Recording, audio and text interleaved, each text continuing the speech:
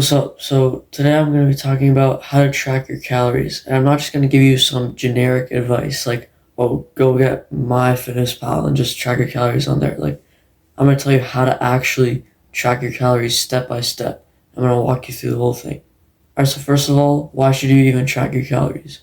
Well, you kind of need to track your calories for whether you're bulking or cutting because you want to know how many calories in a surplus you are if you're bulking and how many calories in a deficit you are if you're cutting. Like, for example, if you're trying to bulk and you're not tracking your calories, you could literally be in a 500 calorie deficit and not even know.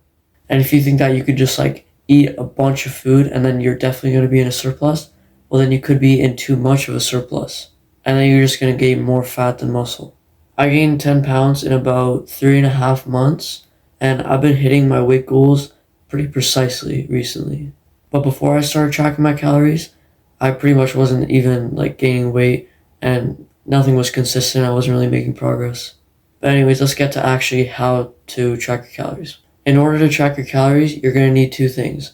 And those two things are a food scale and some sort of app to track your calories on. Now, the reason you need some sort of app to track your calories on is because it makes it a lot easier. And if you just try to write everything down, then I find that it's a lot harder and the app just kind of does everything for you.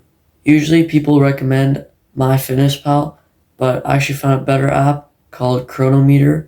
And on this one, you can actually make like custom foods and everything. So I like this one better. Alright, so once you got the app, the next thing you need is a food scale to weigh your food. If you try to track your calories without weighing anything, then you'll find that it's actually really hard and you can be way off. So I definitely would recommend to get a food scale. Like if you're eating chicken breast and you don't have a scale to weigh it, then you're basically gonna have to like look up what like 100 grams of chicken breast looks like, and then try to find out like if the amount you're eating is the same amount as that, and then it can just be way off, and that applies to like a bunch of different foods. So if you don't have a food scale, then just like stop entirely, get the food scale before you move on to doing anything else. Alright, so you want to start off by going on to Chronometer and you want to make some custom foods that you eat pretty often or every day. Like for example, I have scrambled eggs pretty much every day, so I just made that a custom food on the app by just like weighing the butter, tracking the eggs, and then put it into one meal.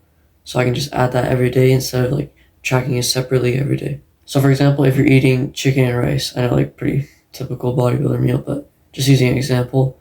So what you do is you would put your plate on the scale, right? Turn it on, put the food on the plate, like for example the chicken, right?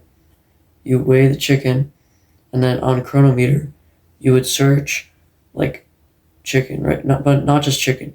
You would actually want to search like very specific. So you want to search for chicken breast cooked, skinless, and boneless. Like you want to be as specific as possible. And then you find the food, put in the grams, and then just add it. Now the first time that you're starting to track your calories, that's going to be a bit tedious and it's going to take a while because you kind of need to like find every food that you're eating. But once you've been doing it for a while, it's like it's kind of in your like recently added list and you can just do it a lot quicker. And if you're eating a food that you can't really find an accurate like thing on the app for it, like for example salmon, I actually didn't use the one on the app, but what you can do is just go on Google, find like a reliable source and just take those calories and macros and everything, and then on Chronometer you can just create a custom food, put in all the details, and then you can just have that. This especially comes in handy for like cultural foods because most likely those aren't going to be on the app, so you can just like go on Google and find those. Although it might not be the most accurate.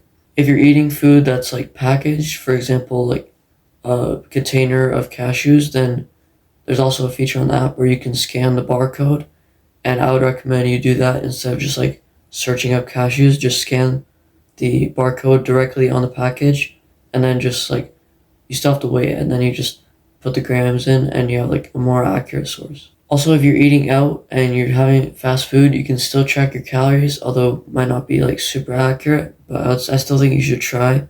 And what you can do is just go onto Google, just search for like whatever you're eating from whatever fast food, and then you can probably like just find all the details like the calories and everything, and then you can make a custom food in Chronometer and add that. Also, another thing I recommend you do is on Chronometer, you should make a custom food, but it should just be 1 calorie. So you can just add calories, kind of like in MyFitnessPal, how you can quick add calories. So if you forgot to track something, or you just like aren't tracking things, then you can kind of estimate and just put in like how many calories you think it was. Also, make sure you track small things, like even broccoli, because it's not really about the calories. Like, sure, they can add up too, but it's also just about like that habit of it. Because what I find is if I don't track small things even, then it kind of throws me off and I end up not really tracking other things throughout the day. Also on Chronometer, you can change like your calorie goals and also like the split of macros as well. I would say you should focus on mainly just calories and protein. Like, as long as you're getting enough protein in and then you're getting enough calories, it doesn't really matter like the carbs or fat at that point. Alright, so if your parents make you food and that's just what you eat, then you can try to like weigh out and track each separate ingredient. Like, try to track just chicken and rice. Like, single ingredients are a lot easier to track because you can just weigh them separately. But if you can't do that, then just go on Google, search the name of the meal, and then make a custom food on Chronometer and just weigh it all at once. And yes, I do think you should track your calories pretty much every day, and that's what I've been doing for like quite a while now, probably like 4 months. I guess it's not that long, but like, yeah, it's been a while. And it does really get easier, like the more you do it. Like, for example, one thing I do is just track all, like everything I eat before school, just pack it and then bring it to school, obviously. Also, if you track your calories, makes a really good excuse. If someone asks you to like eat something of yours, you can just say like, nah, I track my calories, like you can't have this.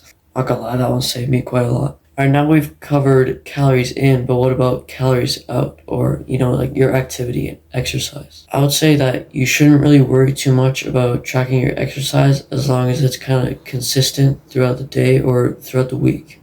Like, if you're working out every day, then as long as that's like staying consistent, then you should be fine. Even if you're not working out every day, like if it's the same every week, then you can kind of just adjust your daily calories to fit like how many calories you burn from the exercise throughout the week. Although if you have a watch that like tracks your steps, then maybe you can track that. But the thing is, like, it's more about just the difference in calories, whether you're bulking or cutting, and not really the number. Like, the number itself is kind of arbitrary. Like, technically, if you eat the same thing every single day, you don't even have to track it because like it's constant, it's always there. What's more important is that you actually know that you're in a surplus of 300 calories or you're in a deficit of 500. So if you have things that are constant, like exercise, if you're working out every day, then it's not really too important to track. Although, for example, if you have one day of the week where you do a lot of hard exercise and a lot of cardio, for example, then you might want to like eat more, or if you're bulking, you want to eat more that day. It pretty much doesn't matter who you are. If you want to build muscle or lose fat, then tracking your calories can be really important for that. So I would definitely recommend that you try to track your calories. That's pretty much all I have to say, and if you have any questions, then definitely let me know in the comments. I'll try to answer you, because I know that there might be some like small things that I didn't cover in this video. Anyways, see ya.